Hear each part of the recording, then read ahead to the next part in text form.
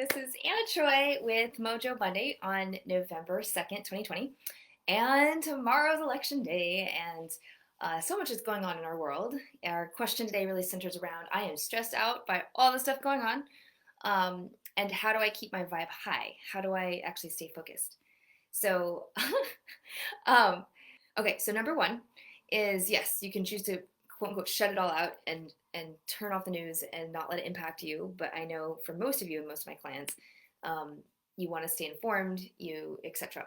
So I will say on a general basis, you will still stay informed even if you aren't imbibing all of the news and anything on social media that's like weighting you down, or that you're getting stuck in trying to like make your points on social media.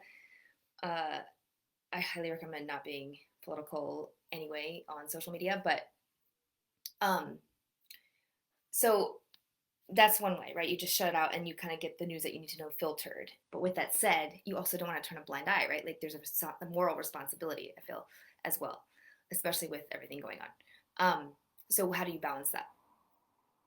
So the biggest thing I have found is you have to face your fears and you have to go inside and actually tackle the discomforting feelings head on. That's right. You gotta not ignore it, not do your best around it. You gotta like go into it, and you gotta start by addressing it with yourself versus having a hard conversation first right away. Don't go there yet. Build up to that. By with yourself. And what I mean by that is you have to face what are your own fears about someone who believes the exact opposite of what you believe. And they could be a really good friend or a loved one, which is even more awkward than a stranger, right? It's almost easier to talk about it with someone you don't really know as well when the stakes aren't high, different when you really care about them, so you really don't want to broach the subject. So the first thing, and I have practiced this, but I'm not perfect by any means, is if you can just close your eyes and actually picture the person that's opposite of you and take a few deep breaths, and you just have to be with the discomfort, okay? And then after you be with the discomfort and that your brain is in three parts, right? Of the neocortex, and then the emotional brain or the feeling brain, the limbic system, the second part embedded, and then the reptilian animal brain, right, which is your survival brain. So it was built in stages: the survival, then the emotional brain, and then the prefrontal cortex.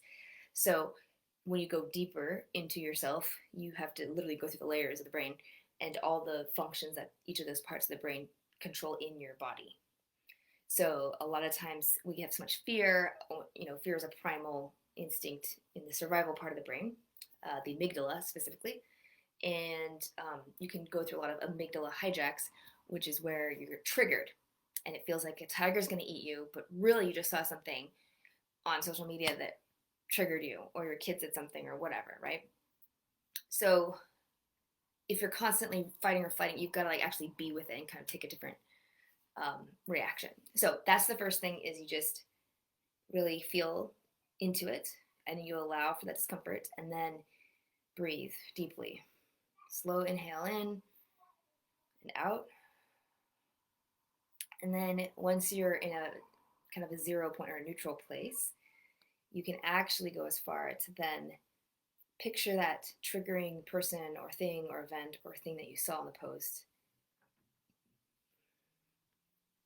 Depending on how enlightened you are, you can either jump.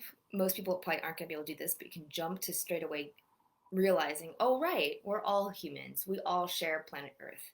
If the world was getting attacked by aliens from another planet, we would probably band together. Or if there was a huge natural disaster that was going to wipe out all of humanity, who cares what our differences are? Like, we're all humans, right? So it could, you can kind of think big like that and realize, oh, we're all one energy. Like, we're made up of life particles. We're made up of cells and DNA, right? Like, if you go down to a cellular structure, all that's left, like, there's just energy, potent energy there that's taking different forms. So we're all energy. I mean, nature's energy, everything's energy. We're all one, essentially. And if you can jump to that place, this is like for the expert level, then you can slowly, as you're breathing, bring peace and love and kind of picture like a pipe going from your heart to heart, or from your core to their core, and just send love I know. So you're sending love to the thing that you hate or the thing that you're scared of. It's very counterintuitive, I know. But if you keep playing the hate game or the distrust game or whatever, then that just promotes more energy of that. And if you try to resist or avoid hate, that just creates more hate. It's a strange thing, right? It's like somebody who avoids sales is really weird. And they are trying not to be salesy, and then they feel salesy because they're trying to avoid it. It's like, it's just weird, right? So when you try to avoid anything, it's just going to make more of it. What you resist persists, as many of you know. Okay, so that's the super enlightened version. Now the beginner version, right, is you're like, I can't send love to that thing that I hate, or that person, or that triggering thing. Heck no. So just practice being with them and trying to get yourself to a 0 point, from a supercharged state to like a deep breathe in, deep breathe out, like level state, a neutral state, and that's good enough. You know, you can work on creating the love and generating that another time. Another thing, when you're sitting there, you can picture and imagine. There's a lot of different visualizations you can do, right? I'm thinking most of the people here will be at various stages. So the other thing you can do as well is move. Just move your body and shake it out. Go outside. Go to the place that really you can restore yourself to be with the stress. A client just this morning was like, I can't deal with all this, and is going to a park to just really ground, like literally with the earth. I like to hug the floor sometimes, and that just, I don't know, for me it feels very grounding, and I'm literally hugging the earth or the grounding. So anyway, those are a few different ways to physically deal with what's biochemically happening inside of you. So what's possible, I do want to share this, is I've had many uncomfortable conversations with people with a completely opposing views, politically everything. And it's really hard, I'm not going to lie. We actually go into it and I like get triggered another 10 times. And then I have to like recover it from it. But when I'm in the middle of it, I'm fascinated every time we have come to like, oh, we actually have some shared values. Oh, you think this on this issue from this view, I see this view. We actually kind of agree. We just have different conclusions. And it just opens up a dialogue, and it's pretty powerful, even though it's hard and uncomfortable. So again, you don't have to build up to actually having the conversations with those people and practicing being loving. Just picture them, and that'll be enough in this first stage to practice just being able to be with it. And then you can get to the point where you, I'm at a point where I can by myself meditate and bring up the thing I hate or whatever, and then send love, which I think is pretty awesome. It doesn't mean I'm going to go talk to them in reality,